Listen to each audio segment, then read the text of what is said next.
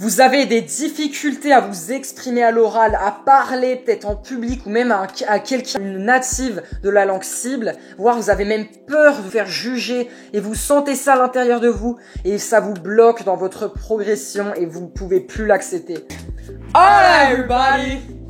Aujourd'hui, on va vous expliquer comment vous pouvez vous débarrasser de votre frein, de votre blocage qui vous empêche de parler la langue que vous voulez couramment. Donc le premier point, c'est de ne pas se faire corriger ses fautes.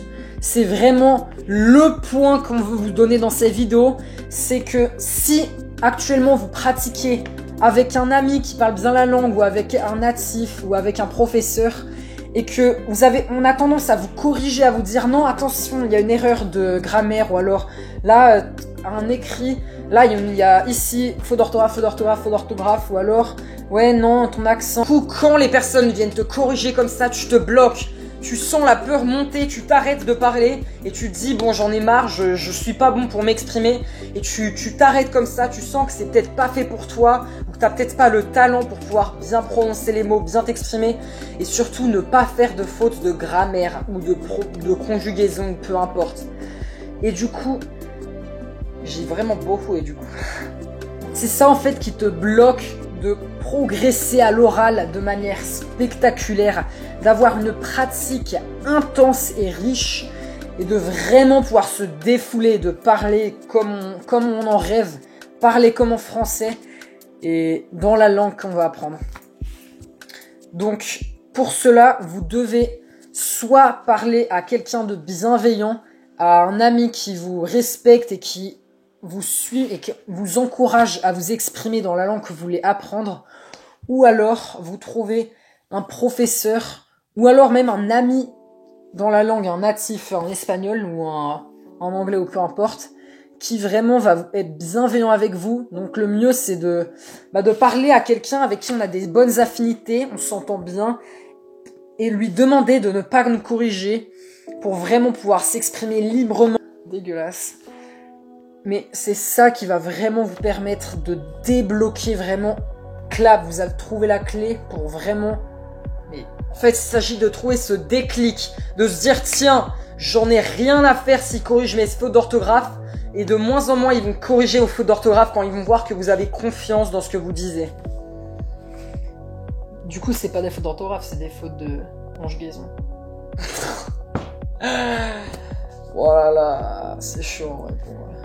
Bon, vous avez compris, il s'agit bien évidemment des fautes de conjugaison, des fautes des fautes de langue en général, quand vous utilisez peut-être pas le bon mot au bon moment et ce genre de choses. Et c'est vraiment, vous faites l'effort de vous exprimer, vous avez encore un niveau avec des difficultés, un niveau assez... Le mec a peur de dire le mot faible. Vous avez encore un niveau assez faible, assez fragile pour vous exprimer. Et du coup, il y a parfois des mots de vocabulaire qui vous viennent pas forcément au bon moment, ou c'est pas les mots exacts, et c'est ce genre de fautes, de petites erreurs minuscules qui n'empêchent pas la personne de comprendre quand vous parlez. Tout simplement, ça vous dégoûte quand on vous corrige. Et donc, le mindset qu'il faut développer, c'est de se dire que vous voulez communiquer une idée à la personne, que vous voulez juste soit lui raconter votre journée, soit lui demander quelque chose, et vraiment de se dire que vous utilisez la langue pour communiquer à la personne. Vous n'êtes pas Shakespeare, vous voulez pas écrire des dissertations philosophiques compliquées, vous voulez juste vraiment pratiquer la langue comme un natif pour vraiment communiquer et utiliser avec simplicité la langue.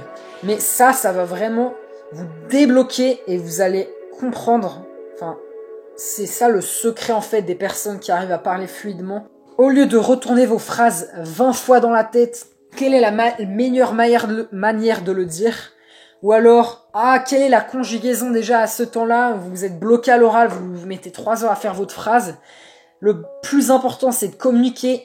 Les gens vont comprendre avec le contexte que vous voulez dire. Et donc, il n'importe très peu au final la conjugaison. Si vous êtes dans un bar en Espagne et que vous voulez parler au serveur, mais qu'est-ce qu'on en a à faire si la conjugaison, la grammaire, elle est pas parfaite? Tant que vous arrivez à lui demander, je sais pas, la boisson que vous voulez, ou un coca, ou alors, pas le coca, c'est pas bien ça, mais genre, voilà, de l'eau, ou alors une salade, eh bien, tant que vous arrivez à le communiquer de manière naturelle et confiante, c'est vraiment ça qui est important. C'est pour ça qu'on apprend une langue. Et il faut se rendre compte de quel est notre objectif dans la langue. Et vous allez voir que ça va vous changer la vie en fait. C'est ce qu'une polyglotte qui a fait un TED Talk sur le sujet appelle de parler la langue, de s'exprimer comme si on était en train de jouer à un jeu vidéo. Exactement. Et c'est vraiment cette idée de... Enfin j'allais dire un mot genre pragmatique, je sais pas si c'est pragmatique, mais vous voyez ça pas vraiment comme un art.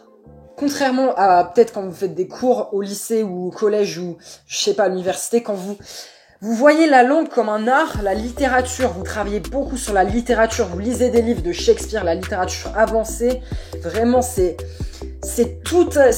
l'agencement des mots, tout est calculé, tout est perfectionné. Et à chaque fois que vous faites une faute, la prof va vous arrêter et après vous êtes soit ridiculisé, soit on rit dans votre dos, ou alors la prof elle passe 10 minutes à corriger toutes les fautes que vous avez faites et ça vous démoralise et après vous n'osez même plus participer par exemple. Pour finalement que la prof vous fasse dire la phrase parfaite mais qui n'est tellement pas spontanée alors que vous, ce que vous voulez, c'est une communication fluide, spontanée, comme ça, tranquille, naturelle avec un natif. C'est ça l'objectif que probablement tu as envie d'atteindre.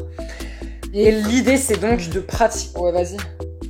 Donc l'idée, c'est vraiment de pratiquer. Comme quand tu joues à un jeu vidéo, tu veux atteindre le résultat, tu t'en fiches de comment tu l'atteins. En général, tu veux juste atteindre un objectif qu'on te donne, mais tu veux pas. Après, ça dépend le niveau que tu as dans le jeu, mais tu veux juste le faire, même si ça doit être sale, entre guillemets. Même si ça doit être sagouin, même si ça doit être que ça va à l'essentiel. Il faut se dire que quand les natifs, ils parlent, mais qu'est-ce qu'ils en ont à faire de la grammaire? Est-ce que quand on parle français, je me dis, attends une seconde, je vais utiliser le passé simple, donc je vais dire, tu chantates, c'est des conneries, faut arrêter les bêtises. Par exemple, le passé simple, on n'en a rien à faire en français, on ne l'utilise jamais à l'oral. Et bien, ces petits trucs de conjugaison, de grammaire, quand on est dans nos conversations normales, on n'en a rien à faire. On est préoccupé par nos problèmes, on veut communiquer une information, rire avec nos amis. Et donc, on utilise la langue pour vraiment s'exprimer et atteindre ce que l'on veut. Mais à aucun moment, on se préoccupe de « Attends, faut que je m'arrête. » Oui, alors, je voulus, voilà, je vais utiliser la bonne conjugaison. Non, ça n'a pas de sens. Et donc, c'est la même chose quand vous apprenez une langue. Faites comme quand vous parlez français. Parlez juste pour communiquer à la personne. Il faut être intéressé dans la conversation. Et vraiment, il faut s'emporter dans la conversation et s'en passionner. Et au point qu'on oublie vraiment toutes les règles de grammaire, de conjugaison. Et le plus vous allez pratiquer, le plus, c'était pas au formulé, mais on s'en fiche, le plus vous allez parler de manière qualitative et vous allez faire de moins en moins de fautes. Même si on ne vous corrige pas, vous allez quand même faire de moins en moins de fautes.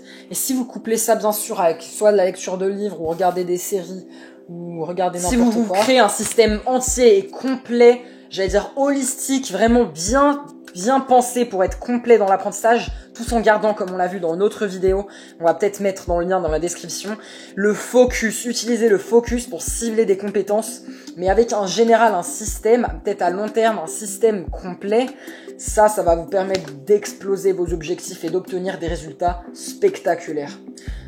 Voilà. Et donc on n'a peut-être toujours pas dit cette dernière chose, mais la plus importante de la vidéo, si vous n'arrivez pas à avoir des conversations sans vous faire critiquer ou vous faire corriger à chacune des petites erreurs que vous avez faites, vous pouvez penser premièrement, vous pouvez voir des personnes qui seront bienveillantes et qui jamais vous feront... On l'a déjà dit ça. Je t'arrête, désolé, mais on l'a déjà dit au début de la vidéo. Donc trouvez des personnes qui jamais vont vous corriger, qui vont en quelque sorte, comme l'a dit un polyglotte connu, je sais plus son nom, mais il a dit de trouver des sortes de parents de la langue, comme une mère à son enfant qui va être bienveillante et qui donc va laisser passer les petites erreurs pour que son enfant progresse. Comme quand tu vas apprendre ton enfant à faire du vélo, tu vas pas critiquer chacune des petites erreurs, tu vas plutôt l'encourager parce que tu sens qu'il galère, et c'est vraiment en essayant de pédaler de plus en plus, de pratiquer qu'évidemment, il va se mettre à progresser. La deuxième solution, si vraiment c'est compliqué, juste vous expliquer à la personne Si vous n'arrivez pas à Mec, trouver d'autres... on l'a déjà dit ça en fait. Là, elle est finie la vidéo. On a déjà dit qu'il fallait expliquer Ouais, à la personne... non, mais on a déjà dit tout ça là. Ah Bon, c'est la fin de la je vidéo. dois être on est en train de tourner autour du pot. Voilà, ça a plu. Merci d'avoir regardé. Donc, si vous voulez en apprendre plus sur cette notion de focus pour vraiment progresser, là, si vous voulez progresser dans le parler de la langue à 100%, donc allez voir cette vidéo. On va, je sais pas, elle va être juste là. Pas sur ma tête. Ouais, ici, là. Vous pouvez cliquer dessus. Voilà, nous on se dit à la semaine pro. C'est tout pour aujourd'hui. Allez, keep learning languages. Ciao.